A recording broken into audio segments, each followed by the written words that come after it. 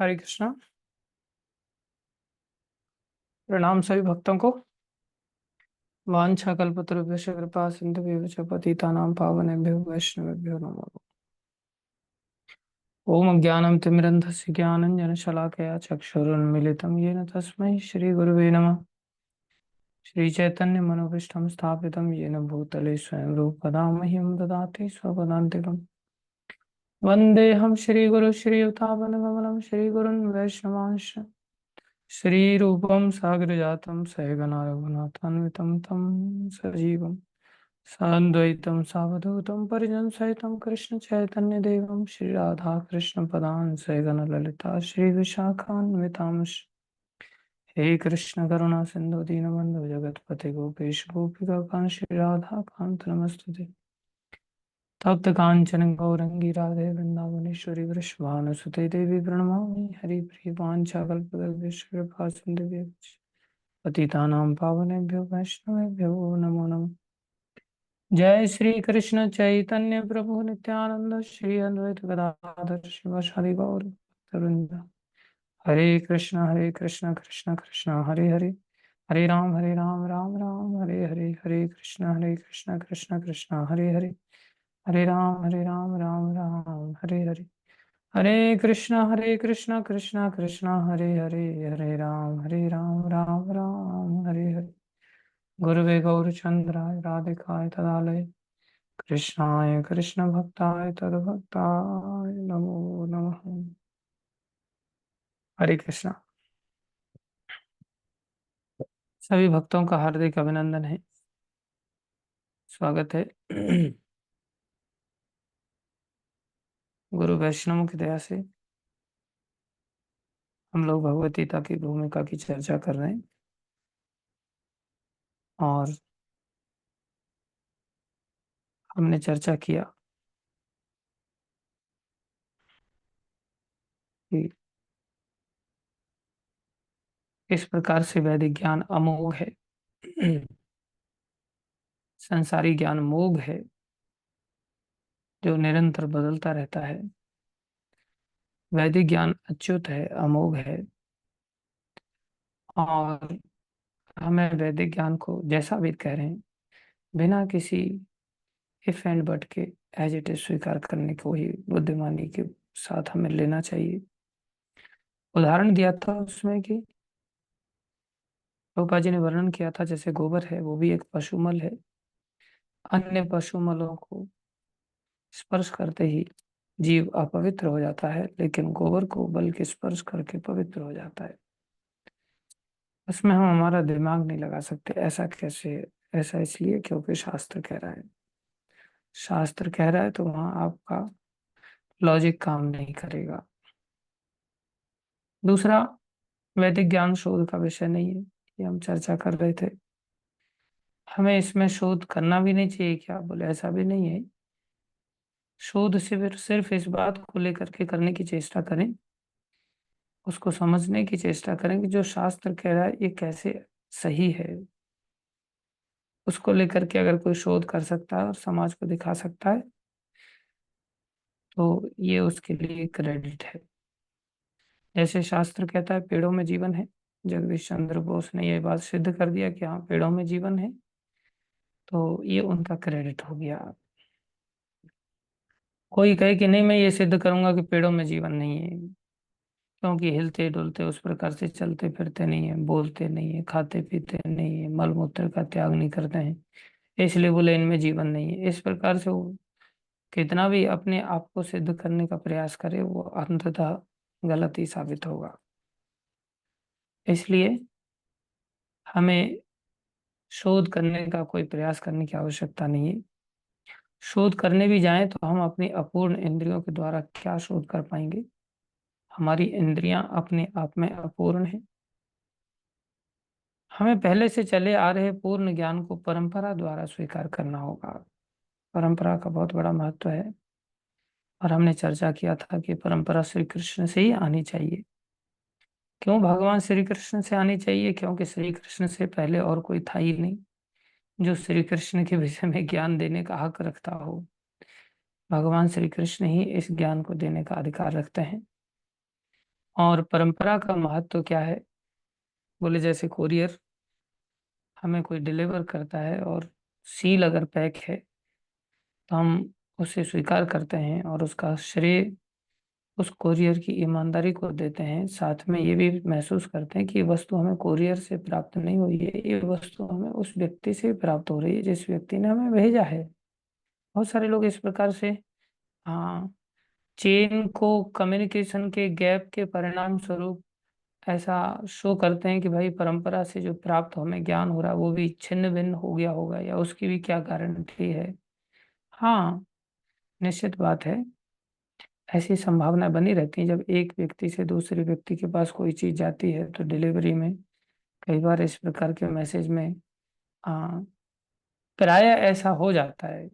हम लोग ही अपने आप में ऐसा कर देते हैं। तेरे को पता है तेरे बारे में वो व्यक्ति क्या बोल रहा था, तो उसने बोला कुछ और उसने बराबर मिर्च मसाला तड़का मार करके दूसरे व्यक्ति को मैसेज ट्रांसमिट करते हैं। ये हम लोगों की मूर्खता के कारण हम लोग ऐसा करते हैं।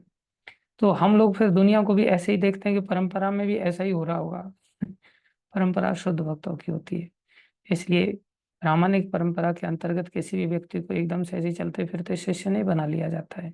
उसकी ईमानदारी की कदम कदम पर परीक्षाएं होती हैं और फिर अंततः उसको घोषणा किया जाता है कि ठीक है, अब आप आने वाले समय के गुरु बन सकते हैं और परंपरा को आगे बढ़ा सकते हैं। ऐसे ही कोई व्यक्ति को हैरे गहरे नत्थु गहरे को गुरु नहीं बना दिया जाता। जहाँ गुरु बना दिया जाता है वो परंपराएं छिन्न भिन्न हो जाती हैं, वो परंपरा नहीं टिक पाती। लेकिन जो प्रामाणिक परंपरा इस प्रकार से आगे चलती है तो निश्चित रूप से मैसेज एज इट इज रहता है। और ये प्रभुपाद जी ने घोषणा करके डंके की चोट पर गीता को लिखा कि ये Bhagavad Gita as it is वाली भगवत गीता है, ये भगवत गीता यथारूप वाली भगवत गीता है। तो ये प्रभुपाद जी का एटर्नल क्रेडिट है और उन्हीं के द्वारा हम सभी को ये परंपरा में आगे ज्ञान प्राप्त हो रहा है। तो जो परंपरा परम आध्यात्मिक गुरु साक्षात भगवान से प्रारंभ होती है, इसलिए कोई भी परंपरा को हमें परंपरा नहीं मानना पड़ेगा। परंपरा भगवान से आ रही है कि नहीं, ये हमें कंफर्म करना होगा। और गुरु शिष्यों की यह परंपरा आगे बढ़ती जाती है। अब यहाँ तक हम चर्चा कर चुके थे एक प्रकार से। आगे प्रभुपाद जी लिख रहे हैं, छात्र के रूप में अर्जुन भगवान कृष्ण से शिक्षा ग्रहण करता है और उनका विरोध किए बिना वह कृष्ण की सारी बातें स्वीकार कर लेता है। ये बहुत विशेष बात है कि छात्र को चाहिए कि गुरु के द्वारा ऐसी प्रामाणिक परंपरा में अगर हमें सौभाग्य मिलता है और हम अपने आप में ऐसा छात्र मान करके प्रवेश करते हैं। अब आशा करता हूं कि हम सभी छात्र मान करके ही प्रवेश करेंगे। ऐसा नहीं कि हाँ, दूसरे गुरु से बोले मैं भी तो गुरु हूँ, मैं भी गुरु बन करके बैठ जाऊं सीधा। तो हम सभी परंपरा के संपर्क में जो आएंगे उन सभी का कर्तव्य है कि हम सब छात्र मान करके परंपरा के साथ आए। लेकिन उस छात्र वृत्ति को हमें स्वीकार करना पड़ेगा। छात्र वृत्ति कैसी, बोले विरोध नहीं करना चाहिए। अब कोई कहे कि अर्जुन ने तो विरोध किया था, अर्जुन ने तो बार बार भगवान को कहा आप ऐसा जो ज्ञान दे रहे हैं, आपने कहा कि सूर्य देव को मैंने ये ज्ञान दिया था, ये कैसे मान लूं मैं, आप तो मेरे साथ ही पैदा हुए। और यहाँ पर प्रभुपाद जी लिख रहे हैं कि उन्होंने अर्जुन की तरह विरोध नहीं किया, जबकि उन्होंने तो तुरंत विरोध किया। और खाली अर्जुन ने ही नहीं, सुखदेव गोस्वामी से महाराज परीक्षित ने भी विरोध किया कि ये आप कैसी बात कर रहे हैं। कई अवतारों को लेकर के भगवान के उन्होंने विरोध किया, ऐसा कैसे हो गया, ऐसा कैसे हो गया, जगह जगह पर उन्होंने विरोध किया। तो यहाँ पर क्या ये बात, हाँ, गलत लिख रहे हैं प्रभुपाद जी? बोले नहीं। एक होता है विरोध करना, एक होता है संशय रखना। ये डिफरेंस है कि हम विरोध करने के लिए विरोध करना है, बस जैसे तैसे करके कोई ना कोई मुद्दा बना करके बस विरोध करना है, सामने वाले व्यक्ति को हमें डिफीट करना है, वो विरोध का भाव है। कोई बात हमें नहीं समझ में आ रही है तो उस ना समझ की स्थिति में हम अपना संशय व्यक्त कर सकते हैं। अंधे होकर के स्वीकार करना भी उचित नहीं है और विरोध करना भी उचित नहीं। अंधे होकर के स्वीकार करके आदमी चल पड़ता है, लंबे समय टिक नहीं पाता हो। लेकिन जब संशय के साथ जीवन जीता चला जाता है, अंधा होकर के स्वीकार करना मतलब संशय थोड़ी खत्म होंगे उसके। संशय आत्मा विनश्यति, गीता में भगवान ने कहा है संशय आत्मा विनाश को प्राप्त हो जाता है।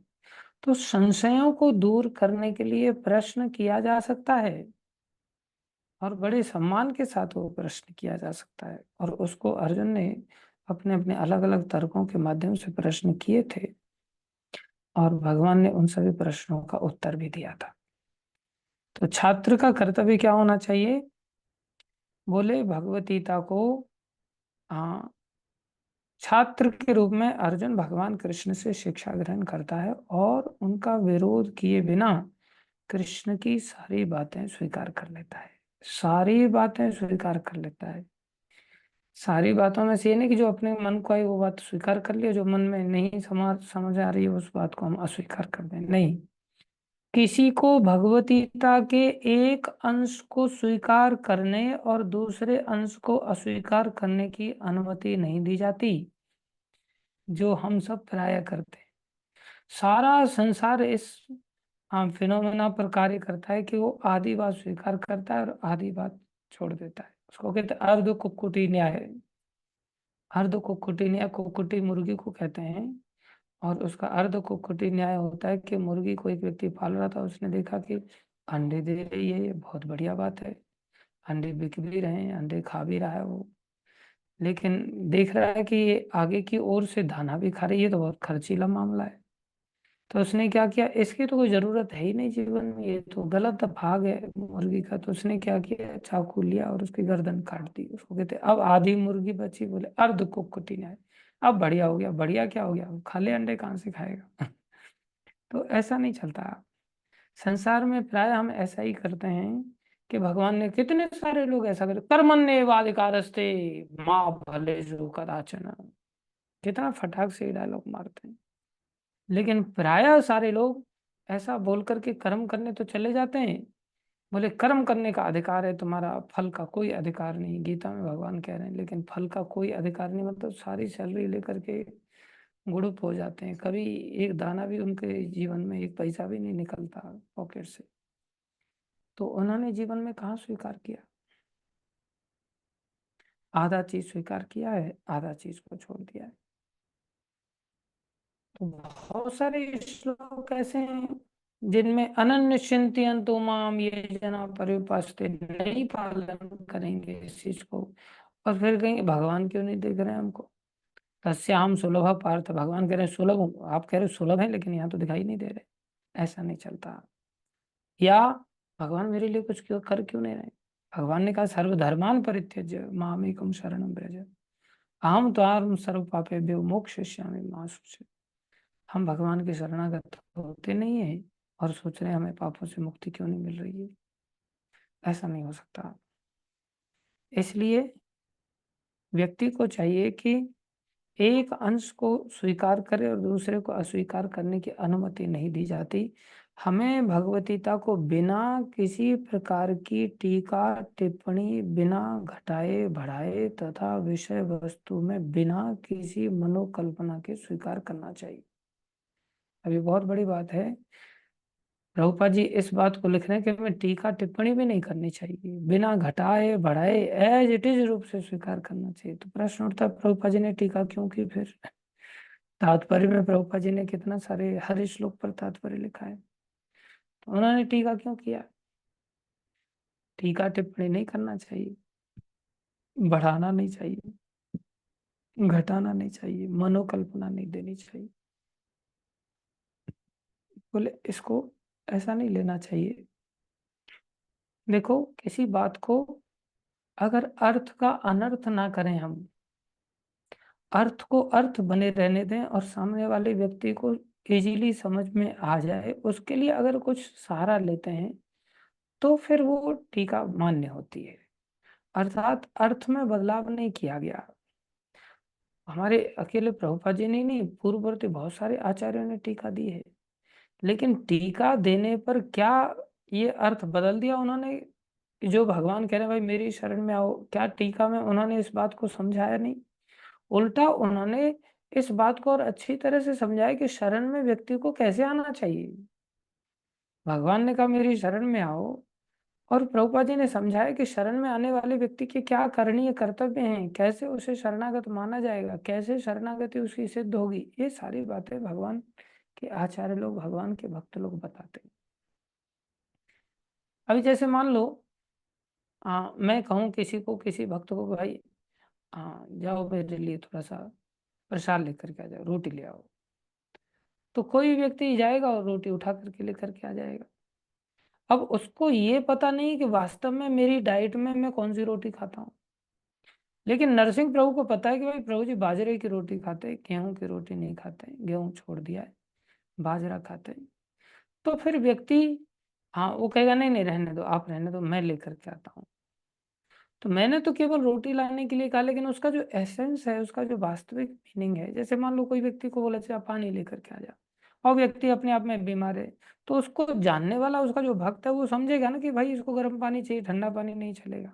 और हमें ठंडा पानी की आदत पड़ी हो, हम ले जाके ठंडा पानी पकड़ा दें उसको। तो टीका टिप्पणी की जरूरत है कि नहीं है? तो टीका टिप्पणी अगर कोई व्यक्ति कह रहा है, मान लो मैंने कहा कि रोटी ले आओ, और दूसरे ने बोला बाजरे की रोटी लाना, गेहूं की नहीं, तो उसने अपना ऐड कर दिया, एक प्रकार से रोटी में बाजरा शब्द जोड़ दिया, तो उसने गलत किया सही किया? ऑब्वियसली उसने सही किया, क्योंकि वो और विस्तार से हमारी भावना को समझ करके दूसरे व्यक्ति को इजीली समझा रहा है। किसी को बोला पानी देखना ठंडा पानी मत ले आना, गर्म पानी लेकर के आना, गर्म पानी लेते हैं, तो उस व्यक्ति ने गर्म पानी बोल दिया, तो कोई गलत काम किया क्या? कोई कहे कि इन्होंने तो टीका टिप्पणी दे दी, ऐसा टीका टिप्पणी नहीं माना जाएगा उसको। बोले तुम चुप रहो, एज इट इज मेरे को स्वीकार करना है, परंपरा मतलब बिल्कुल as it is, as it is इसका मतलब ये नहीं है। भगवान ने ब्रह्मा जी को चतुश्लोक की भागवत दिया, और उसको जाओ इसका विस्तार करो और विस्तार से समझाओ। उन्होंने नारद जी को समझाया, नारद जी ने और विस्तार से रूप देने के लिए वेदव्यास जी को आज्ञा किया, जाओ तुम भागवत कथा, भागवत का लेखन करो और उसको विस्तारित रूप दो। तो और विस्तार से समझाया। विस्तार से क्यों समझाया? क्योंकि वो जानते हैं, भगवान के भक्त हैं, कि भाई भगवान एग्जैक्टली चाहते क्या हैं। तो संसार में हम अपनी चाहत भगवान के ऊपर थोपते हैं, और परिणाम में हम भगवान की वास्तविक सेवा नहीं कर पाते। लेकिन जब हम भक्तों के अनुसार टीका टिप्पणी को पढ़ करके, और कितनी टीकाएं देखो, लाइन से और विस्तार से चीजें समझाई जाती हैं। हम जैसे जैसे कलयुग में मूर्खता को बढ़ाते चले जाते हैं, ऐसे आचार्यों को अपनी टीका बढ़ानी पड़ जाती है मूर्खों को आसानी से समझाने के लिए। लेकिन अर्थ वही बना रहता है। ये बुद्धिमानी है, ये आवश्यकता है। इसलिए बाकी सील पैक होना चाहिए, ये ईमानदारी भी चाहिए। ये नहीं कि हम अपनी ओर से कुछ भी उसमें अर्थ निकाल दें, फिर वो गड़बड़ हो जाएगा। गीता को वैदिक ज्ञान की सर्वाधिक पूर्ण प्रस्तुति समझना चाहिए। सर्वाधिक पूर्ण प्रस्तुति है। वैदिक ज्ञान दिव्य स्रोतों से प्रारंभ होता है, और स्वयं भगवान ने पहला प्रवचन किया था। भगवान द्वारा कहे गए शब्द अपौरुषेय कहलाते हैं। देखो आप, प्रभुपाद जी बता रहे हैं कि ये इतना दिव्य क्यों है, बोले ये भगवान से आया है ना। और भगवान कैसे हैं? अपौरुषेय हैं। संसार के किसी सो कॉल्ड पुरुष के द्वारा नहीं ये बात कही गई है। अपौरुषेय, जो पुरुष संसारी पुरुष नहीं, महापुरुष भी नहीं, भगवान दिव्य हैं। जिसका अर्थ है कि वे चार दोषों से युक्त संसारी व्यक्ति द्वारा कहे गए शब्दों से भिन्न होते हैं।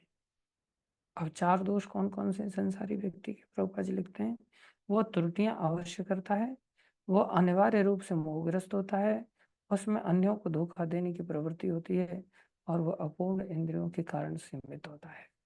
हम लोग कई बार इसको इस तरह से एक्सप्लेन करते हैं कि सबसे पहली समस्या है कि उसके जीवन में उसकी जो इंद्रियां हैं वो अपूर्ण हैं।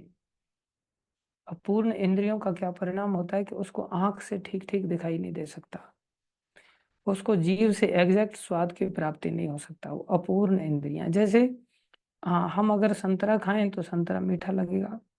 कब? अगर हमने नींबू खा लिया पहले, तो कोई भी संतरा मीठा लगेगा। और अगर हमने चीनी पहले खा ली तो कोई भी संतरा खट्टा लगेगा। ये स्वाभाविक है। तो जीव जो है अलग-अलग स्वाद बता रही है एक ही संतरे का। किसके बाद हम खा रहे हैं उस पर निर्भर कर रहा है।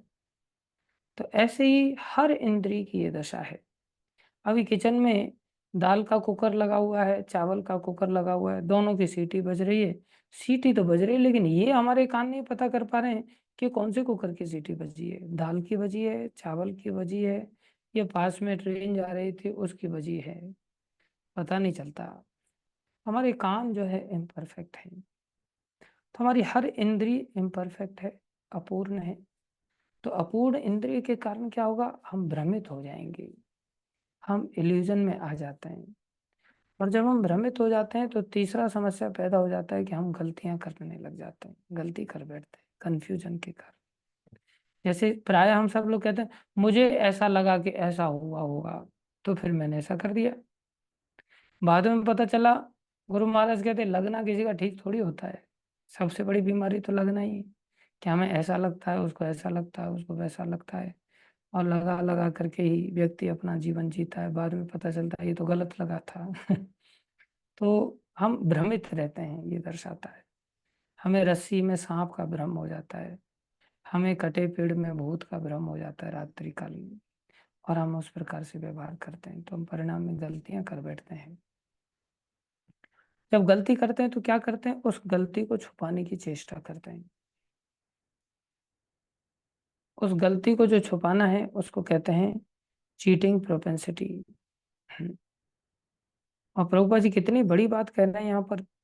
अपूर्ण इंद्रियां हैं, सीमित इंद्रियां हैं, तो अवश्य गलती करे, अवश्य भ्रमित हो जाएगा। और जब भ्रमित हो जाएगा तो अवश्य गलती करेगा, और गलती करेगा तो फिर गलती को छुपाने के लिए तो क्या कहा जाए, सबको अपना अपना अच्छा खासा अनुभव है। कितने बार गिलास तोड़े होंगे किचन के अंदर, कितने बार कहा होगा कि मैंने थोड़ी तोड़ा है, ये गिलास फ्रिज के दरवाजे पर रखा किसने था, मैंने तो फ्रिज खोला गिलास नीचे गिर गया। अरे मूर्ख, तुम फ्रिज के दरवाजे को खोलने से पहले देख लेता ना कि ऊपर किसी ने कुछ चीज तो नहीं ऐसी रखी जो गिर जाए। तुमने धड़ाक से दरवाजा खोल दिया, गिलास गिर गया, बोले मेरी क्या गलती है इसमें, उसकी गलती। तो प्राय हम सभी लोग एक दूसरे के सर पे गलतियां डालते हैं, तो गलतियों को छुपाने की चेष्टा करते हैं।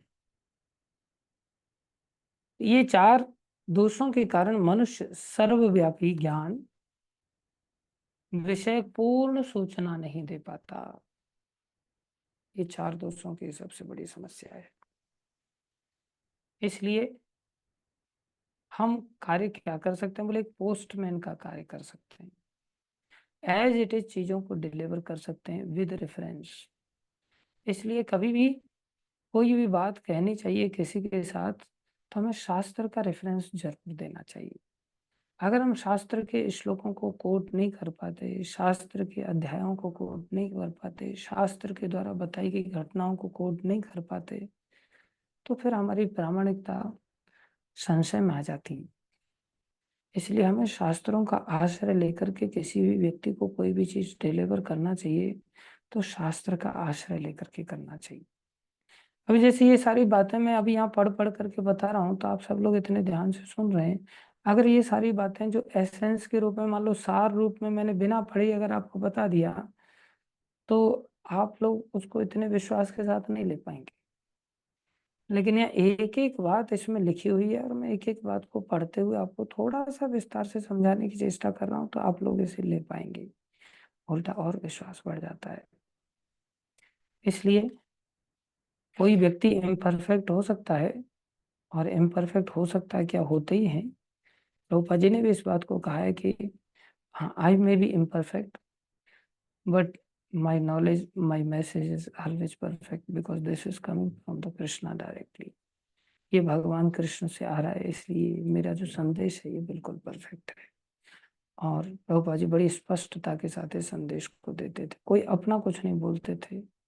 देखो कई बार लोगों को ये बहुत बड़ी समस्या हो जाती है कि लोग कहते हैं कि यार एक ही बात रहती है प्रवचनों में, एक ही जैसा ही व्यक्ति प्रवचन देता है, बात गुल मिलाकर। जैसे गुरु महाराज के आप प्रवचन सुनेंगे तो उसमें कुल मिलाकर के हमें सत्ता को शुद्ध करना है, और बताएंगे इस असत हमारी सत्ता दूषित हो गई है संसार की कुसंगति में, और काम के कारण ये प्रभावित हो रही है, इसको हमें नष्ट करना है, काम को मारना है, ये सबसे बड़ी गंदगी। कुल मिलाकर के हर बार यही प्रवचन में बताया जाता है, हम आत्मा हैं, हम शरीर नहीं है, आत्मा के स्तर पर हमें कार्य करना है। ऐसे ही एक बार प्रभुपाद जी को एक व्यक्ति ने पूछा, Prabhupada your lectures are maximum repetitive lectures only, आपके जो प्रवचन रहते हैं घुमा फिरा करके वही बात बताई जाती है, आप ऐसा क्यों करते हैं? प्रभुपाद जी का आंसर बहुत जबरदस्त था।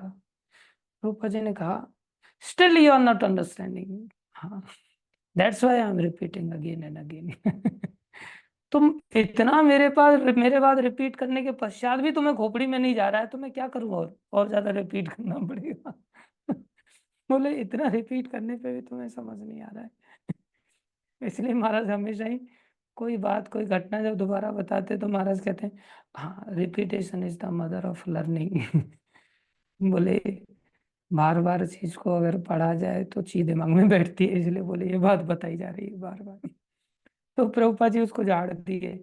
वो बड़ा होशियार बन रहा था, अपने आप को स्मार्ट कह रहा था कि भाई आप बार बार उन्हीं बातों को क्यों बताते रहते हैं जो हर बार बताते हैं। प्रभुपाद जी, इतने पर भी तो तुम्हारी खोपड़ी में घुस नहीं रही है, तुम नई बात तुम्हें बताएंगे तो कहाँ टिकने वाली है, इतने बार बोलने के बावजूद भी दिमाग में बातें टिक नहीं रही है।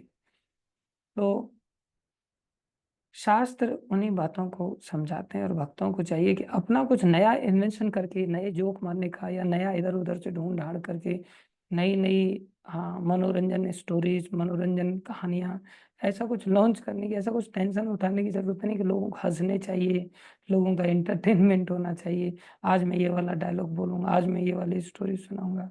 जैसे बच्चे को सुलाने के लिए माएँ अलग अलग जगह से कहानियां इकट्ठी करती रहती है, फिर कहानियों को सुनाती नहीं।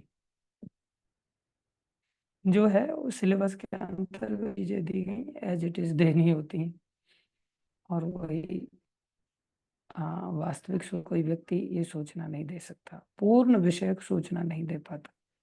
ऐसे दोषपूर्ण व्यक्तियों द्वारा वैदिक ज्ञान प्रदान नहीं किया जाता। इसे पहल प्रथम सृष्ट जीव ब्रह्मा के हृदय में प्रदान किया गया। हृदय में देखो, पहले लिविंग एंटिटी है, फिर भी उनको ये ज्ञान प्रदान किया। फिर ब्रह्मा ने, अरे जब ब्रह्मा को प्रदान किया गया तो हम पेड़ के नीचे कैसे प्राप्त कर सकते? भाई मैं पेड़ के नीचे बैठा तो मेरे अंदर ज्ञान आ गया, और मैं फिर अम्मा भगवान, बाबा भगवान, दादा भगवान, चाचा भगवान, ये भगवान बन करके प्रकट हो गया। मैं पीपल के पेड़ के नीचे ज्ञान प्राप्त किया, या मेरे को दादर स्टेशन पे ज्ञान आ गया, या मैं तालाब में डूब करके बैठा था वहां ज्ञान आ गया। ऐसे किसी को ज्ञान नहीं आता। ब्रह्मा जी को भी ऐसे ज्ञान आ जाता फिर तो ब्रह्मा जी को भी तपस्या करने का आदेश दिया गया, उन्होंने तपस्या किया, आराधना किया, तब जाकर के ज्ञान प्राप्त। फिर ब्रह्मा ने इस ज्ञान को अपने पुत्रों तथा शिष्यों को उसी रूप में प्रदान किया जिस रूप में उन्हें भगवान से प्राप्त हुआ था, विदाउट एनी एडल्ट्रेशन। स्पष्ट है शब्द। भगवान पूर्ण है और उनका प्रकृति के नियमों के वशीभूत होने का प्रश्न ही नहीं उठता। ये ज्ञान क्या है? किसी को ज्ञान अगर प्राप्त हो जाए तो क्या अंडरस्टैंडिंग लानी चाहिए? बोले भगवान पूर्ण है और उनका प्रकृति के नियमों के वशीभूत होने का प्रश्न ही नहीं उठता। अर्थात शास्त्र की बात को एज इट इज लेना होगा। शास्त्र कह रहा है ऐसा, हम कहें हाँ कृष्ण पूर्ण है क्योंकि उन्होंने गीता लिखा और गीता में ऐसा अद्भुत ज्ञान दिया, ओ हो मानना पड़ेगा। लेकिन जो रासलीला करने वाले, गोपियों को घुमाने वाले कृष्ण है ना, वो अलग होंगे, ये वो वाले कृष्ण नहीं हो सकते, क्योंकि वो कृष्ण ने तो मर्यादा का उल्लंघन कर दिया, रासलीला कर रहे हैं, लड़कियों को घुमा रहे हैं, गोपियों को घुमा रहे हैं, और इतना ही नहीं, खाली कुंवारी गोपियों को ही नहीं घुमा, शादीशुदा गोपियों को भी घुमा रहे हैं, ये तो और ज्यादा सीमा पार हो गया मामला। और एक दो भी नहीं, कितनी सारी, गिनती नहीं, करोड़ों गोपियां, रानियों का तो फिर भी संख्या है 16,108, लेकिन गोपियों की तो बोले करोड़ों नहीं, अनंत गोपियां हैं। तो बोले ये कृष्ण वो वाले कृष्ण नहीं हो सकते जो गीता में जिन्होंने ज्ञान दिया है। और कुछ लोग तो, हाँ, गीता में जो कृष्ण ज्ञान दिया है वो कृष्ण अकेले तो बोल ही नहीं सकते, बोले कई सारे लोगों ने मिलके दिया है। लोगों की कैसी कैसी धारणाएं होती हैं, कुछ भी लोग फेंकते हैं एकदम से मूर्खों मूर्खों की तरह। वो लोग शास्त्र की बात को समझ ही नहीं सकते, उनको क्या दिखाई देता है? सिर्फ ये दिखाई देता है कि हाँ कृष्ण ने साहब गोपियों के कपड़े चुरा लिए, गोपियां नदी में स्नान कर रही थी और उनके कपड़े चुरा लिए। ये कैसी वृत्ति है कृष्ण की। उनको ये नहीं दिखाई देता कि खाली भगवान कपड़े लेते नहीं भाई, कपड़े देते भी तो हैं। द्रौपदी को कपड़े दिए नहीं क्या? उतना खोपड़ी नहीं चलता। वो दिमाग उनका ऐसा गंदगी से भरा रहता है ना कि बस एक ही एंगल, एक ही पक्ष दिखाई देता है, दूसरे पक्ष को वो लोग देख ही नहीं पाते। इसलिए चाहिए, छोटी अंडरस्टैंडिंग से काम नहीं चलेगा। तो यहाँ पर क्या कह रहे हैं प्रभुपाद? जिस रूप में शिष्यों को उसी रूप में प्रदान किया जिस रूप में हाँ भगवान पूर्ण है, और उनका प्रकृति के नियमों के वशीभूत होने का प्रश्न ही नहीं उठता। इसलिए संसारी दृष्टि से हम उनको नहीं देख सकते कि भगवान ने ऐसा गलत किया, ये काम भगवान ने यहाँ गलत कर दिया, वहां गलत कर दिया, भगवान ने पक्षपात किया। और देखो ना, अंत में तो भगवान भी मर गए बोले। इस संसार में सबको ही मरना पड़ता है, वो भी मर गए तो हमारी रक्षा कैसे कर सकते हैं? उनको भी तीर लगा और वो भी मर गए। ये बहुत बाल बुद्धि है जो भगवान को इस प्रकार से कोई व्यक्ति देखता है। बहुत सारे लोग कहते हैं "हाँ, अभी भगवान प्रकृति के वशीभूत होकर के साधारण मनुष्य बन के आ गए और अभी मनुष्य हैं, साधन कर रहे हैं, अभी भजन करेंगे, लीन होकर के ध्यान करेंगे तो फिर ये ब्रह्म बन जाएंगे फिर से, अर्थात वो फिर भगवान कैसा जो माया के अधीन हो जाए। अतएव मनुष्य को इतना समझने की बुद्धि तो होनी ही चाहिए। ये बात बहुत बड़ी बात है। मनुष्य में इतना समझने की बुद्धि तो होनी ही चाहिए कि भगवान ही इस ब्रह्मांड की सारी वस्तुओं के एकमात्र स्वामी हैं। हाँ, इस जगह पे हम लोग मैक्सिमम फेल हो जाते हैं। इतनी बुद्धि कहाँ है कि भगवान ही सबके स्वामी हैं। बहुत सारी चीजों के हम स्वामी हैं ऐसा समझते हैं, या बहुत सारी चीजों के बाकी लोग स्वामी हैं।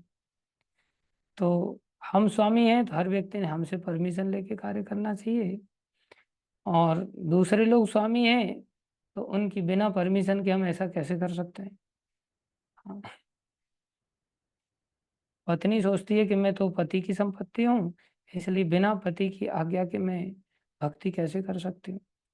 अरे, कई बार लोग ऐसी मूर्खता कर देते हैं ना कि महाराज के पास जाकर के कहते हैं महाराज जी हमें तो सचिनंदन प्रभु ने ऐसा करने के लिए कहा है। तो महाराज कहते हैं मूर्ख, मैं उसका भी गुरु हूँ। तेरा तो गुरु हूँ ही, मैं उसका भी गुरु हूँ। उसने बोल दिया और सीधा तू उसी के कहने, मैं जो कह रहा हूँ उसको भी तो ध्यान से सुन। ये बात भी बहुत समझने वाली बात है कि व्यक्ति सोचता नहीं मैं पति की आज्ञा का कैसे उल्लंघन। मेरी मम्मी नहीं मानती, मैं तो पूरी तरह से मानने के लिए तैयार हूँ, लेकिन क्या करूँ? मेरी मम्मी की बात सुननी पड़ेगी, मेरे को पापा की बात सुननी पड़ेगी। मेरी बेटी अगर मान जाए तो मैं तो प्रभु जी आज ही मंदिर में आ जाऊं, क्या करूं? मेरी पहले, हाँ, बेटी के लिए माँ नहीं मान रही है, और फिर आगे चल करके माँ के लिए बेटी नहीं मान रही है। एक इतना बड़ा झंझट वाला हिसाब किताब बन जाता है। कोई ऐसा बीच वाला पॉइंट देखना पड़ेगा कि हाँ यहाँ से अभी माँ की वजह से बेटी नहीं मान रही है, और यहाँ से पाला पलटने वाला है, और फिर बेटी की वजह से अब माँ नहीं मान पाएगी, माँ को दिक्कत हो जाएगी। तो जो बीच वाला पॉइंट है ना, जिस समय कि कोई किसी की सुनने वाला नहीं, उस जगह पे ही भगवान की शरण लेना पड़ेगा फिर लग रहा है। लेकिन वो इतना बारीक पॉइंट होता है कि पता ही नहीं चलता वो कब आ गया पॉइंट। तो प्राय संसार में लोग क्या कहते हैं, रहने के लिए घर लेते हैं और फिर बाद में बोलते हैं, घर को कौन रखाएगा प्रभु जी? मैं तो आ सकता हूँ लेकिन घर की रखवाली कौन करेगा? पहले अपनी रखवाली के लिए घर लिया, और फिर बाद में घर ही रखवाली का टेंशन बन गया। तो संसार में हर वस्तु को भगवान से बढ़कर नहीं मानना चाहिए। हर वस्तु का स्रोत, हर वस्तु के स्वामी भगवान है। ये नहीं मेरी कोई गलती नहीं प्रभु जी, तुम्हारी गलती मूर्खता के कारण यही है कि तुम हर वस्तु के स्वामी भगवान को नहीं मान रहे। तुमको लग रहा है कि मेरे पति महाराज चक्की चलाते हैं और उनके आटे से ही मैं जीवित रह पाऊंगी या रह पाऊंगा, और अगर मेरे पति देव जो आटा पीस रहे हैं, क्योंकि वृंदावन में गोवर्धन में तो आटा मिलता ही नहीं, वहां तो चक्कियां चल ही नहीं रही। सारी चक्की संसार में हमारे पति चलाते हैं। व्यक्ति ऐसा सोच करके नई जीवन को समर्पित कर पाता है। और फिर कहते मेरी क्या गलती है प्रभु जी इसमें? मेरी कोई गलती नहीं। अच्छा, ठीक है, कोई गलती नहीं तो क्या कर सकते हैं?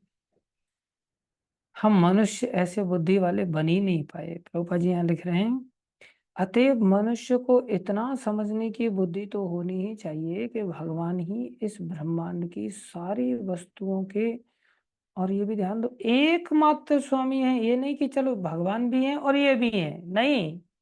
जो अपने आप को कह रहा है कि मैं भी हूं, मेरा नाम चढ़ा हुआ है, यही सबसे बड़ी बीमारी है।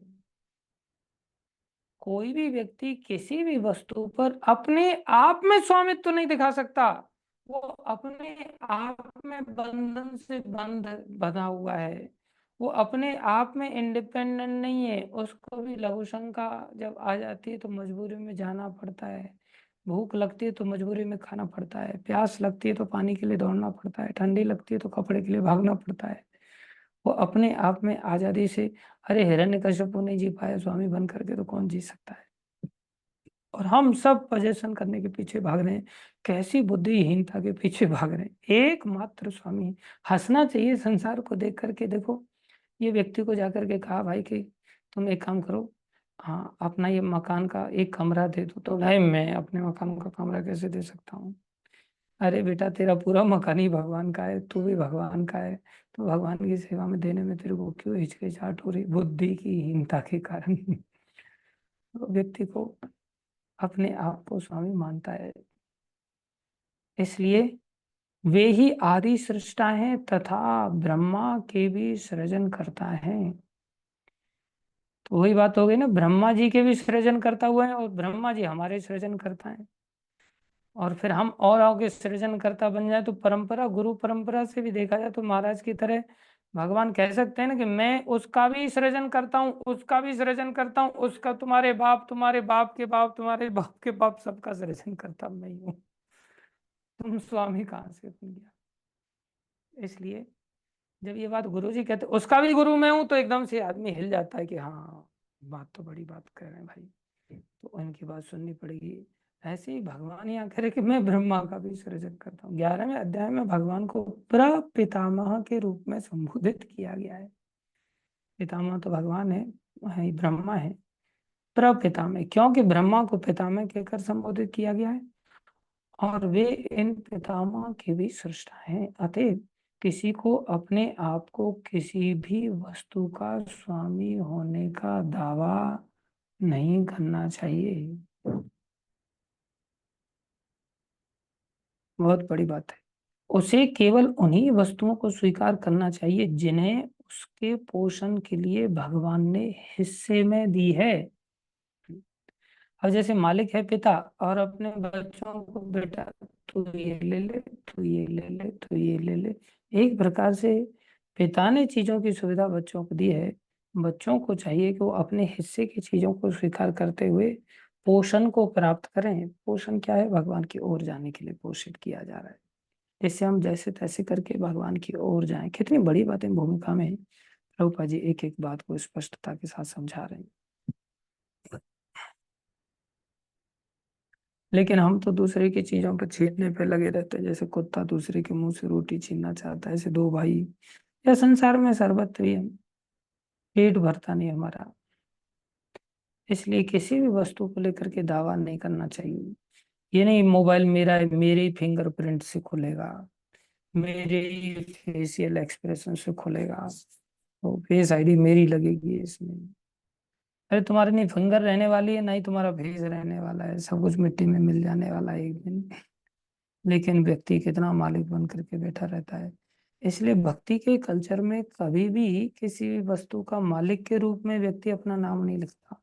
इन केयर ऑफ, भगवान ने मेरे को इस वस्तु का केयर करने का जिम्मेदारी दिया है, मेरे को गुरुजी ने इस वस्तु का केयर करने की जिम्मेदारी दी है, इसलिए इस वस्तु को एक कैशियर की तरह मुझे केयर करना है। That's all. ये वस्तु जितनी भी बनी है, जितनी भी है, ये सब है वस्तुएं भगवान की, अर्थात जिस व्यक्ति के हैं उसके लिए। कैशियर कितना चतुराई के साथ चीजों का केयर करता है, पैसे का केयर करता है। लेकिन ऐसा नहीं कि उसमें से पैसा निकाल निकाल करके खुद रोज गोलगप्पे खाने लग जाए, जा जा करके मार्केट में दूध जलेबी खाने लग जाए, चीला खाने लग जाए, पिज्जा खाने लग जाए, समोसा खाने लग जाए, मोमोज खाने लग जाए। बोला अब तो मेरे पास पैसे ही पैसे हैं, मजा आ गया, अब तो गाड़ियों में घूम करके दुबई जा रहा है, बुर्ज खलीफा जा रहा है, इधर जा रहा है, उधर जा, पागल है वो। उस व्यक्ति को चाहिए कि समझ होनी चाहिए एक भक्त को कि भक्त के पास जो कुछ भी है वो सब कृष्ण की संपत्ति है। कृष्ण की संपत्ति है, उसका केयर करना उसका कर्तव्य है, ध्यान रखना उसका कर्तव्य है।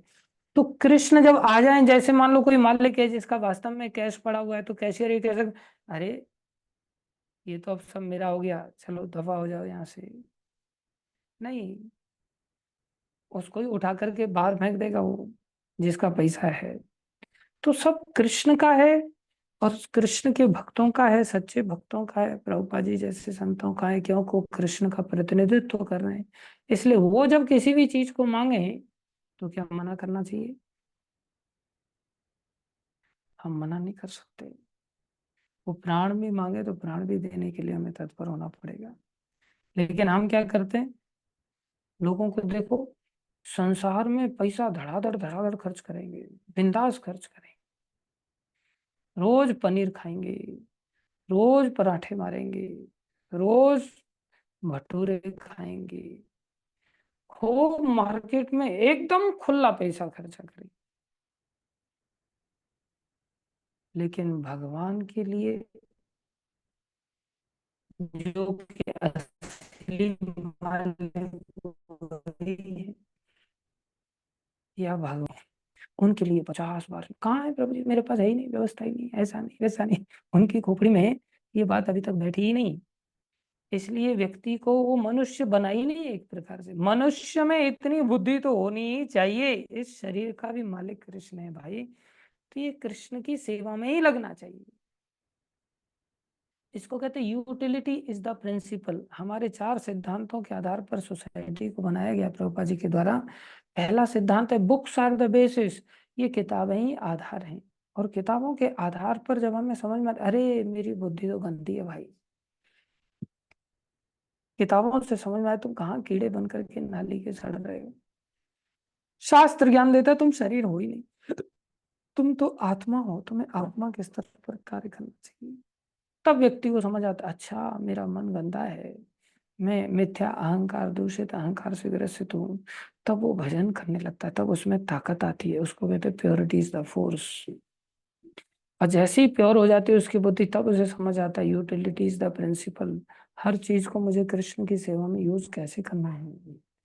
हर चीज को वो कृष्ण के अतिरिक्त कहीं कुछ देखता ही नहीं, दूसरों को देखता है। ये बेचारे अपने, हाँ, रेशम के कीड़े बन करके जाल को बुन रहे हैं, और ये भूल रहे हैं कि ये जाल में खुद ही बेचारे बन जाएंगे।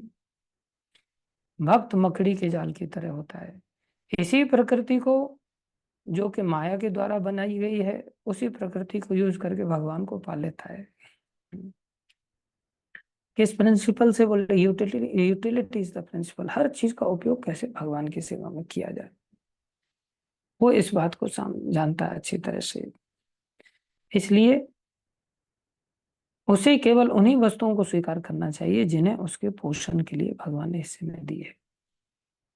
हमें भगवान के लिए हमेशा तत्पर रहना चाहिए, और स्वयं के लिए, भोगों के लिए अपने आप को कभी आगे नहीं बढ़ाना चाहिए। बहुत बेयर नेसेसिटीज से हमें अपने जीवन को यापन करना सीखना चाहिए। भगवान द्वारा लिए हमारे हिस्से में लिए रखी गई वस्तुओं को किस तरह काम में लाया जाए, इसके अनेक उदाहरण प्राप्त हैं। इसकी भी भगवत गीता में हाँ, व्याख्या भगवत गीता में हुई है। प्रारंभ में अर्जुन ने निश्चय किया था कि वो कुरुक्षेत्र के युद्ध में नहीं लड़ेगा। देखो, हम सबकी यही स्थिति होती है, अपने मन के अनुसार हम निर्णय लेते हैं। लेकिन यहाँ प्रभुपाद जी, यह उसका अपना निर्णय था। अब बताओ, वो भगवान की संपत्ति है या अलग से है अर्जुन की सत्ता? देखा जाए तो भगवान ने घोषणा किया, ममे वंशो जीव लोके जीव भूत सनातन, सारे जीव मेरे अंश हैं। तो मेरे अंश है तो हम लोगों को अपना निर्णय लेने का अधिकार कहाँ से आ गया? इसलिए प्रभुपाद जी यहाँ लिख रहे हैं, प्रारंभ में अर्जुन ने निश्चय किया था कि वो कुरुक्षेत्र के युद्ध नहीं लड़ेगा, उसका यह अपना निर्णय था। अर्जुन ने भगवान से कहा कि वो अपने ही संबंधियों को मारकर राज्य का भोग नहीं करना चाहता। यह निर्णय शरीर पर आधारित था। वैसे देखा जाए तो कितना लॉजिकल ये आंसर दिखाई दे रहा है। ओ, अर्जुन तो भोगी है ही नहीं, और वो कह रहे हैं मैं भोग नहीं करना चाहता। अरे तुम भोग करना चाहता है नहीं करना चाहता है, ऐसा तुम्हें निर्णय किसने दे दिया? तुम भोग नहीं करना चाहते मतलब तुम इग्नोर करने के हकदार नहीं हो किसी भी चीज को। ये भी भोग वृत्ति ही है, अपने आप में इंडिपेंडेंट निर्णय की वृत्ति। इसलिए अर्जुन ने भगवान से कहा कि वे अपने ही संबंधियों को मारकर राज्य का भोग नहीं करना चाहता। मतलब वो ऐसा सोच रहा है राज्य भोगने की बात है, और वो एक प्रकार से त्याग दिखा रहे हैं कि भाई मैं भोग नहीं करूंगा, देखो मैंने छोड़ दी चीज। तो ये समझ रखना कि मैं इनको मार करके इससे अच्छा तो यही भोग लें, कोई बात नहीं। अरे ना तो उनके लिए भोग की वस्तु है वो राज्य, ना ही तुम्हारे लिए भोग की वस्तु है। इसलिए तुम अगर उस वस्तु को भोग की दृष्टि से देख रहे हो तो तुम्हें ये बात समझ ही नहीं आई कि वस्तु है किसकी। तुमको लग रहा है कि जिंदे हैं तो ये वस्तु इनकी है, और ये मर जाएंगे तो ये वस्तु मेरी हो जाएगी और फिर मैं भोग करूंगा, और इसलिए बोले मैं भोग का त्याग कर रहा हूं। नहीं, ये अंडरस्टैंडिंग ठीक नहीं। इसलिए प्रभुपा जी यहाँ पर इस बात को समझा रहे हैं, यह निर्णय शरीर पर आधारित था, जो कि हम है ही नहीं। शरीर के स्तर पर ही तो भोग हो सकते हैं, आत्मा के स्तर पर तो भोग हो ही नहीं सकते। आत्मा के स्तर पर तो दासता होगी। ये शरीर पर आधारित था, क्योंकि वह अपने आप को शरीर मान रहा था और अपने भाइयों भतीजों सालों पितामहों आदि को अपने शारीरिक संबंध या विस्तार के रूप में ले रहा था। शारीरिक संबंध, अतएव वह अपनी शारीरिक आवश्यकताओं को तुष्ट करना चाह रहा था। कैसे तुष्ट करना चाह रहा था? बोले ये जितने भी रिश्तेदार हैं ये मेरे शरीर के ही विस्तार तो हैं। मेरा साला कहाँ से आया? मेरी पत्नी से आया। पत्नी कहाँ से आई? बोले मैंने उसको मेरी पत्नी बनाया। तो मेरा विस्तार आगे चल करके मैं से मेरी पत्नी हो गई, मेरी पत्नी से मेरा साला हो गया, मेरे साला से आगे चल करके फिर ससुर आदि बहुत सारी चीजें आ गई। तो ये क्या हो गया? बोले मेरा ही तो एक्सटेंशन है। तो बोले एक्सटेंडेड सेंस ग्रेटिफिकेशन कहेंगे उसको। मैं नहीं भोगना चाह रहा, मेरे बच्चे भोगेंगे, कोई दिक्कत नहीं। तो इसको कहते हैं एक्सटेंडेड सेंस ग्रेटिफिकेशन, खुद ही तो भोग रहे हो एक प्रकार से। तो चाहे हम खुद अपने शरीर से भोगें या हमारे विस्तारित शरीर से भोगें, है तो भोग वृत्ति ही ना। उसमें समझ रहे हैं कि मालिक या तो मैं हूं या मैं ही हूं मेरे बच्चों के माध्यम से। ये सोच प्रॉपर नहीं जो प्रभुपाद जी यहाँ समझा रहे हैं। इसलिए प्रभुपाद जी लिख रहे हैं, एक और तो यहाँ पर अर्जुन कह रहे हैं कि मैं भोगना नहीं चाहता, और दूसरी ओर प्रभुपाद जी क्या लिख रहे हैं? शारीरिक आवश्यकताओं को तुष्ट करना चाह रहा था। ये ऐसे ही हो गया कि घर में आम लाए, कोई बड़ा व्यक्ति आम लेकर के आया और वो कह रहा है कि हाँ मैं इन बच्चों को आम दे रहा हूं और मैं नहीं खाना चाहता। तो तुम नहीं खाना चाहते तो इन बच्चे लोगों से भी छीन करके किसी को दे दिया जाए तो फिर तुम्हें कोई दिक्कत नहीं होनी चाहिए, क्योंकि तुम तो खाना ही नहीं चाहते ना। दूसरे बच्चों को दे देते। बोले नहीं, दूसरे बच्चों को नहीं दे सकते, पड़ोस के बच्चों को नहीं दे सकते, मेरे ही बच्चे खाने चाहिए। तो मेरा बच्चा जब खाता है ना तब ऐसा लगता है मैं ही आम खा रहा हूँ। और ये वास्तविकता है। कहाँ व्यक्ति पहले खुद आम खाता था, खुद मिठाई खाता था, जैसे ही पत्नी आ जाती है तो फिर वो चीजें पत्नी के लिए लेकर के आता है, और पत्नी एक और खाओ ना, एक और खाओ ना, कितना जबरदस्ती करता है, खुद त्याग कर देता है और उसको अंदर से बड़ी खुशी भी मिलती है। एकदम से कूद कूद करके जाता है खिलाने पिलाने के लिए, चीजें ला करके देता है, गिफ्ट देता है, चॉकलेट ला करके देता है, और सोचता कितनी, ऐसा लगता है उसको कि मैं ही खा रहा हूँ इसको, कोई और नहीं खा रहा है। इसलिए प्रभुपाद जी ने लिखा यहाँ, एक और वो कह रहा है कि मैं नहीं भोगना चाहता इनको मार करके, लेकिन दूसरी ओर प्रभुपाद जी लिख रहे हैं वो भोगना चाह रहे हैं। क्यों भोगना चाह रहे हैं? जैसे खुद के खाने से ज्यादा आनंद अपनी औलाद के खाने में आता है। तो ऐसा सत्य है। एक बार मेरे पिताजी की नौकरी घर से कहीं बाहर लगी हुई थी, तो मेरे पिताजी बीमार हो गए। तो मेरी दादी को सपना आया कि ऐसे ऐसे बेटा बीमार है। तो मेरी दादी ने सुबह सुबह मेरे बाबा को बोला, जाओ उसके पास जाकर के अलीगढ़ जाकर के देख के आओ, और बहुत बीमार है वो। तो मेरे बाबा दादी के कहने पर चले गए, और चले गए तो वहां जाकर के देखा कि वास्तव में बुखार आ रहा था उनको, लेकिन दवाई दारू लेकर के जैसे तैसे करके मैनेज कर रहे थे। तो पिताजी को लगा कि यार इतना दूर ये बिना किसी, उस समय चिट्ठी वगैरह देर लगने वाली थी, तो सपने के आधार पर ही दादी ने बाबा को भेज दिया। तो पिताजी को बोले इतना कष्ट उठाने की क्या जरूरत थी, आप लोग भी ना कुछ ज्यादा ही एक्स्ट्रा ऑर्डिनरी, कुछ ज्यादा ही लाड़ प्यार दिखाते हो। तो मेरे बाबा ने कहा, बेटा अभी तेरी संतान हुई नहीं है ना। अभी तेरा बेटा होगा ना, तब तेरे को इस चीज का एहसास होगा। तो फिर हाँ, उनका बेटा मैं पैदा हो गया था फिर आगे चल करके। तो एक बार वो अलीगढ़ में रहते थे मेरे को लेकर के, तो वहां से वापस आ रहे थे, तो बस से आ रहे थे। तो बस से आ रहे थे तो मैं उनकी गोद में था। तो बस में बहुत भीड़ थी, तो धक्का लगा तो मैं उनके हाथ से छूटा। तो जैसे ही बोले तू मेरे हाथ से छूटा, तो मेरे को याद आई मेरे पिताजी की बात। तो बोले ऐसा लगा कि, बोले मेरे प्राण ही निकल गई, बोले एक प्रकार से मैंने गिरते गिरते एकदम से पकड़ा और फिर मैं रोने लग गया। बोले तब बोले मेरे को पता चला कि अरे ये तो बड़ी प्यारी चीज होती है, संतान तो बहुत मीठी चीज है, बोले ये तो बहुत प्यारी, इस पर तो बहुत प्यार आता है। बोले ये बात मेरे को तब जाकर के समझ आई कि वास्तव में औलाद कितनी प्यारी लगती है। ऐसा लगता है मैं आम खाऊं या ना खाऊं, मेरी औलाद खाए बस। तो प्रभुपाद जी यहाँ ऐसा लिख रहे हैं कि अपनी शारीरिक आवश्यकताओं को तुष्ट करना चाह रहा था, कैसे? एक्सटेंडेड शरीरों के द्वारा, जो उनके ही संबंधियों के माध्यम से उनको, और हम सब ऐसा ही करते हैं। प्रभु जी मेरे को पता है भक्ति करनी है, भक्ति के अलावा और कुछ है ही नहीं, लेकिन क्या करूं, माता पिता इन लोगों ने मेरे को इतना सब कुछ किया है मेरे को। अच्छा भगवान ने कुछ नहीं किया है क्या? भगवान सांस दे रहे हैं, जठराग्नि के रूप में अंदर जलने वाले थे हम वहां पर, गर्भ के अंदर, वहां भगवान ने रक्षा किया, पानी दे रहे हैं, हवा दे रहे हैं, प्रकाश दे रहे हैं, भगवान कुछ नहीं कर रहे हैं। और घर वालों ने बोले मेरे लिए एजुकेशन के लिए लोन लिया है ना, इसलिए बोले घर वालों के लिए, बोले ऐसे कैसे कर सकता हूँ, मेरे को कुछ तो करना पड़ेगा, ऐसा करना पड़ेगा, वैसा करना पड़ेगा। प्रभु जी समझ में मेरे को सब आता है, लेकिन इनको कैसे समझाया जाए? इनको मत समझाओ भाई, तुम नहीं समझ लो, तुम्हारी खोपड़ी में कुछ नहीं समझ में आया।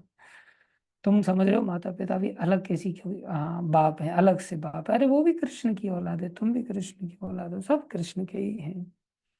लेकिन हम संसार को कृष्ण से अलग दृष्टि करके देखते हैं, और अपने शरीर के संबंधों के आधार पर देखते हैं, इसी से सब गड़बड़ हो जाता है। भगवान ने ये इतना भाषण देना अलग बात है, जैसे मैं भाषण दे रहा हूँ, लेकिन अभी अगर कोई भक्त घर बार छोड़ करके आ जाए, और उसके माँ बाप मेरे ऊपर राशन पानी लेकर के चढ़ जाएं, या कुछ गुंडे मवाली मेरे ऊपर आ जाएं, तो मैं सोचूंगा यार मैं क्यों टेंशन उठाऊं इसका, क्यों फालतू में हेडक उठाऊं।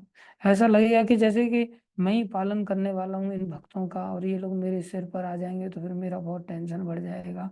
ये मेरी भी समझ नहीं है भाई। मैं भी खुद घबरा रहा हूँ कहीं पुलिस ना आ जाए, और कहीं घर वाले ना आ जाएं, कहीं गुंडे मवाली लोगों को ना लगा दिया जाए मेरे को मारने कूटने के लिए, कहीं ऐसी कुछ व्यवस्था ना बन जाए। हम भूल जाते हैं कि आखिर में सब कुछ तो भगवान के नियंत्रण में ही है। भगवान के लिए हमें आगे बढ़ना चाहिए। भाषण देना अलग बात है, लेकिन जीवन में उतारना इतना सहज नहीं। भगवान ने भगवत गीता का प्रवचन इस दृष्टिकोण को बदलने के लिए ही किया।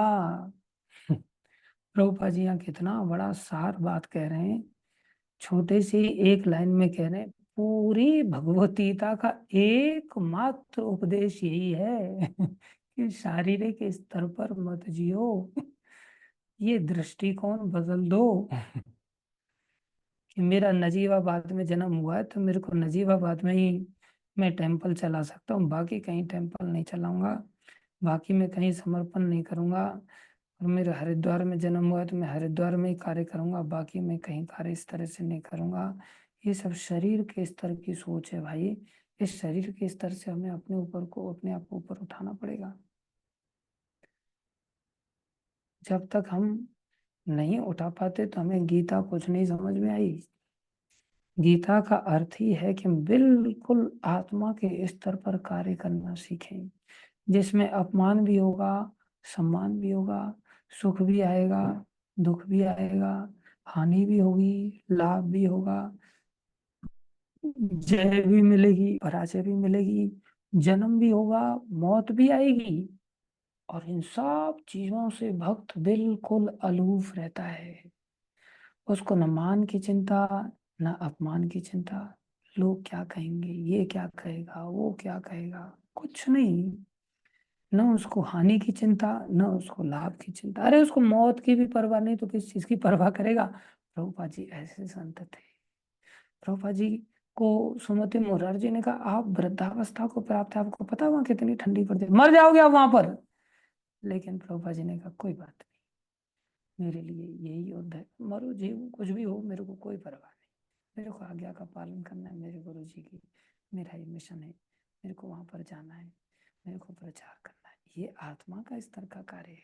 अन्यथा व्यक्ति, अंग्रेज लोगों, तुम लोगों ने हमारे देश पर इतना शासन किया, इतने लोगों को सताया, जाओ हमें तुमसे कोई लेना देना नहीं, नहीं कोई भेदभाव नहीं, ये मेरा ये तेरा, ऐसा कोई अंडरस्टैंडिंग ही नहीं अंतर। इसे कहते आत्मा का स्तर। ये दृष्टिकोण भगवान ने भगवत गीता का प्रवचन इस दृष्टिकोण को बदलने के लिए ही, ऐसा नहीं कि बदलने के लिए और भी दो चार बातें होंगी, कुछ और भी चीजों के लिए किया हो, बदलने के लिए ही किया। और अंत में अर्जुन के आदेशानुसार युद्ध करने का निश्चय करते हुए कहता, अंत में अर्जुन के आदेशानुसार, यहाँ थोड़ा, हाँ सॉरी क्षमा कीजिए, मैं पढ़ ही नहीं पा रहा था ठीक से। अंत में अर्जुन भगवान के आदेशानुसार करने का निश्चय करते हुए कहता है, करिष्ये वचनम तव, मैं आपके वचन के अनुसार ही करूंगा। समझ में आ गई भगवत गीता।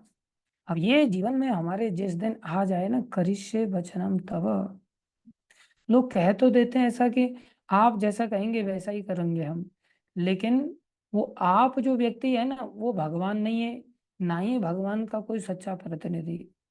कई बार लोग मेरे को कहते, प्रभु जी आप जैसा कहेंगे हम वैसा करें। अरे भैया, मेरी बुद्धि खुद बेकार है, मैं खुद पतित व्यक्ति हूँ, मेरे अनुसार तुम्हारा चलने से भला कैसे हो सकता है। तुम्हें प्रभुपा जी के अनुसार चलना चाहिए, तुम्हें गुरु महाराज के अनुसार चलना चाहिए। हाँ, वहां तक चलने में सहायता चाहिए तो तुम मेरे से सहायता लेने की चेष्टा कर सकते हो, उसमें जरूर मैं प्रयास कर सकता हूँ, मेरी बुद्धि तक जहां तक मैं पहुंचाऊं। इस बात को कुछ ही भक्त लोग समझ पाते हैं कि भाई प्रभु जी के चलने पर किसी का भला नहीं हो सकता। अभी जैसे उत्तम मोहन प्रभु हैं, मैं कितना भी कुछ भी बोलूं, उनको ये बात समझ में आ रही है, ये खुद ही बंधा हुआ व्यक्ति, खुद पतित व्यक्ति मेरा कल्याण कैसे कर सकता है, इसलिए वो मेरे अनुसार कभी नहीं चलेंगे। हाँ, उनको पता है कि भाई, हाँ मेरे को, बोले मेरे मन के अनुसार कार्य करना है, क्योंकि मैं तो अवतारी पुरुष हूँ, सिद्ध महात्मा हूँ, इसलिए मैं करिष्ये वचनम मम, मैं अपने मन के अनुसार कार्य करूंगा। ऐसे अवतारी लोग कुछ कर सकते हैं, लेकिन बाकी आप लोग जैसे साधक लोग हैं, भक्त लोग हैं, जो सिद्ध नहीं हुए हैं, उनको चाहिए महाराज जी जैसे संतों का आश्रय लें, प्रभुपाद जी का आश्रय लें। ऐसा आश्रय लेगी, जैसे हमारे हरि मुकुंद प्रभु हैं, ये गुरु महाराज का आदेश लेकर के चलते हैं, और अपना परिवार जो कुछ भी है भक्ति बड़ी निष्ठा के साथ करते हैं, समर्पण के साथ कार्य करते हैं। कभी कभी मेरे जैसे मूर्खों के चक्कर में भी फंस जाते हैं, ये भी थोड़ी समस्या है, लेकिन क्या करूं, मेरा भी मूर्खता की अधिकता इतनी जाते ज्यादा है कि कुछ लोग मेरे झांसे में आ ही जाते हैं। तो मैं चाहता हूँ कि आप लोग ऐसे मूर्खों से दूर ही रहें, तो अच्छा है। तो करिष्ये वचनम तव, मैं आपके वचन के अनुसार ही कार्य करूंगा। ऐसा मन में संकल्प लाना होगा। कब वो दिन आएगा कि हम ऐसा बोल ही पाए, झूठ मूठ को ही जाकर के बोल दें, गुरु जी अब आप जो कहेंगे हम वही करेंगे। ऐसा टेंशन में आ जाते हैं हम लोग। गुरु जी के पास शकल दिखाने में भी जाने में हिचकिचाहट होती, कुछ कह दिया तो क्या होगा, फंस जाएंगे बोले हम। अभी तो जैसे मुक्त होकर के पड़े हुए हैं, गुरु जी हमें फंसा देंगे। वर्तमान में जैसे मुक्त पुरुष, कुछ ही मुक्त पुरुष हैं उत्तम मोहन प्रभु की तरह, सारे लोग मुक्त पुरुष नहीं है संसार में। इसलिए जैसे कपिल मुनि प्रभु हैं और उत्तम मोहन प्रभु हैं, ये लोग कुछ मुक्त पुरुष हैं। बाकी तो मूर्खता वाला मुक्त तो मैं भी हूँ, मैं भी अपने आप को मुक्ति मानता हूँ, इसलिए अपनी मर्जी से जीवन जीता हूँ। लेकिन हम सब लोग विचार कर रहे हैं यहाँ पर, प्रभुपाद जी बहुत गंभीरता से लिख रहे हैं, केवल एकमात्र उद्देश्य गीता का यही है, हम दृष्टिकोण बदलें, आदेश को पालन करने का दृष्टिकोण लाएं बस। करिष्ये वचनम तव। कुछ लोग ऐसे मुक्तों का थोड़ा भी सानिध्य पा लेते हैं ना, जैसे उत्तम मोहन प्रभु का सानिध्य आदित्य वामन प्रभु ने पाया है, तो वो भी मुक्त हो गए। और ये इतने मुक्त हो गए कि चाहे किर्लोस्कर कंपनी में काम करें या कहीं कहीं भी काम करें, वो अजय ये जनक महाराज की तरह उनको कोई फर्क नहीं पड़ता, और अम्बरीश महाराज की तरह ये सब सिद्ध महात्मा लोग हैं। लेकिन मैं तो बद्ध जीव हूँ। हम सबको इस स्तर पर तो थोड़ा उठाना पड़ेगा कि कब वो दिन आए, मरने से पहले आ जाए तो ज्यादा बढ़िया भाई, उद्धार हो जाएगा। गुरु जी अब आप जैसा कहेंगे वैसा, आप कहेंगे जेल चले जाओ जेल चले जाएंगे, आप कहेंगे उल्टे लटक जाओ उल्टे लटक जाएंगे, आप कहेंगे कि हाँ इस आदमी को ठोक दो तो ठोक देंगे, इस आदमी को जीवन दान दो, इसका ध्यान रखो तो ध्यान रखें। जो कुछ भी कहें बस वैसी आज्ञा पालन करने का स्तर आ जाए। और देखो जितना जल्दी लाओगे ना उतना आसान रहेगा, जितना देर करेंगे ना उतना ही संस्कार विमसिकल बन जाएंगे, उतना ही हम सोचेंगे कि नहीं मेरा ही दिमाग ठीक है। देर करते चले जाओगे तो धीरे धीरे धीरे धीरे खत्म ही हो जाएगी ये भावना। फिर चाहे कितने भी तिलक झापे लगा करके मेरी तरह कोई घूमे, और कुछ मिलने वाला नहीं। पापानंद है, पापानंद ही रहेगा वो आखिरी तक, उसको कुछ नहीं मिलेगा। इसलिए इस स्तर पर हमें आना ही होगा। धन्यवाद सभी का धैर्यपूर्वक श्रवण करने के लिए। भगवान की वाणी भगवत गीता की जय, श्रील प्रभुपाद की जय, श्री गुरु महाराज की जय, अनंत कोटि वैष्णव वृंद की जय, आप सब भक्तों की जय। हरे कृष्णा।